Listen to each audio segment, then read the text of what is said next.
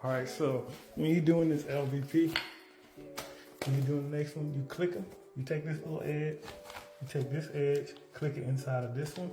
But what you do with the corner is you take this corner of the new board that you're putting in and you slide it to it. So you slide it there and then you line up the rest of it and you lay it down. I'm gonna pause you for a second. Now, once you get it in, the board is all the way in. This end here, you have to take a little mallet and hammer it in. It doesn't just click in.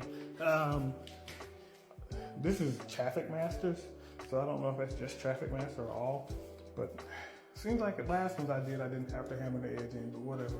This one you do. And that's how you install. Oh, one other thing. Have a scrap piece like this, because sometimes you'll find that you're getting a crack where a board comes together. Do not leave that crack. It'll make it come open at some point. So what you do is you take a board, you use the good edge, you place it in, and then you tap this board. As you can see, I've been tapping the crap out of it. But you tap it to make it that tight. All right, people, we're gonna get to it. We're putting trim in today. So what you see a line, it looks like, in this video, it actually looks like trim, but that's really just a level line for me to install the trim. Honestly, on a concrete floor,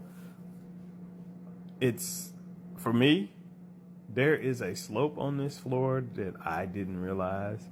And so it throws the trim off. So I'm really not even going to use a level line when I start to mount it or nail it into the wall, because I realize if you move it to a different location, the line will move, and it's just based on the slope of where you have it sitting. So I'm not really going to use it. I'm going to eyeball it, which honestly, for some things you can eyeball it, it's no big deal, because you'll see a straight line. So what you do when you're putting trim in, what I do is I order the longest they have, usually 16 feet of it, because I don't want to piece together too many pieces. And so when I start installing, you see me walking around and with the tape measure and going everywhere, what I'm doing is finding the longest piece. I start with the longest wall first, and then I'll continue to go to the longest section that's remaining. So moving the way down. I think the longest one here was like 120 inches or something like that. Because when you get down to your shorter pieces, your scrap that you've been cutting from them long ones will probably make it. If you start just doing, like, say if I just did this one room, there's a couple of areas where it's really small pieces.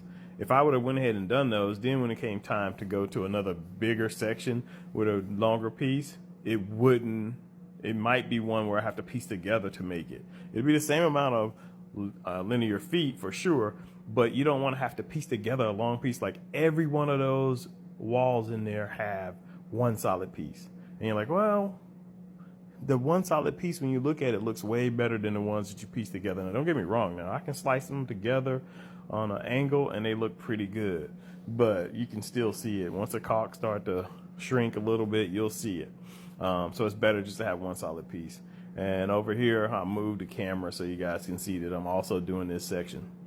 Again, longest section that's available. Boom, get it done. These are 6-inch bases. My saw is a 10-inch saw blade, and it's not one of the newer ones. Mine is old, so it just goes up and down to make a cut, but it will, turn to all the angles. So this board, if I held it up there like it's on the wall on the vertical, it wouldn't cut all the way through it. You'd have to do something else. So I lay it flat. That was a little bit tricky. I had forgotten how to do it. It's been so long since I've done base this way. But I got it. I got them all right. Inside, outside corners. It's all about turning the board so that it cuts it the right way. So it worked out. This, I cut everything. And I actually did my stairs too with this. And I wasn't planning on doing that originally, but it worked out because I got some extra and I had it. And I ended up in the end, I was about 5 feet shy of having it. So I had to go out and buy 5 feet more of it, but that was worthwhile. Did everything, the bathroom, all of it. So I just cut all the pieces this day. I cut everything, and then I nailed in a little bit of it, but I had some painting to do on the new board, so I painted that and just stopped. So tomorrow, everything will be nailed in, and this rec room area will be finished because all the base will be down, and I will probably show y'all what it looks like. The funny part to me is when I look at it on film, like right there, you can't see it because all the base is laying down. You can't see it. But that base is actually a slightly different color than the wall. It's more of an antique. It almost looks almond against that white wall. And so I like it. It brings together the dark hues in the door and in the floor. And then, you know, it's almost like it's a third color. But I don't know, it kind of pulls everything together when you see it with your naked eye. So I really did enjoy that part of it. One of the things I'll say is when it comes to trim, crown molding is the hardest to install. Base is the easiest. All you have to do mostly on base is 45-degree cuts. Inside cut, outside cut. That's really all you have to do. And I always cut mine maybe a half inch, a little bit too long, especially on outsides. Insides, no, but outside corners, because sometimes the walls are not completely square and you need to be able to make an adjustment based on that. So that would be my guide for you guys. If you're doing base, when you're doing an outside corner, cut it a little long, because you can always go and cut it back a little bit. But if you cut it too short, you're screwed. And if that's your last piece, you gotta go back to the store. The only thing on this is that I hate is once you put the base in, then you gotta go around and caulk all of it. So once you nail it all in, you gotta go around and caulk it all and tool it really nice, so that it's not this big little shiny caulk spot on your paint and your base. I try to get caulk that's the same color as the base, because I did something that most people don't do, and that is I painted my base before I install it. And I don't know why people don't do that. It's just dumb to me. Typically you install all your trim and paint and then you put your floors in, but I put my floors in before I put the base in. I left it a quarter an inch off the wall, then I put the base over top of it. Now the person who gets it up is probably gonna hate me a little bit, but it works out. Especially if they ever decide to make this carpet, they're probably gonna take the base off the wall and raise it, because I have it a little tighter to the floor. Then usually you put it about a half an inch above. Not me. It's tighter than that because the LVP is a lot thinner than that. So anyway, all that to say, I painted before I put it on the wall, because now all I have to do is putty the nail holes and do touch-up paint. And that's a lot easier. It's a lot less mess. You can keep going. So I try to make it as easy as possible. Usually you put this down and you paint it when you're painting walls and trim and everything else.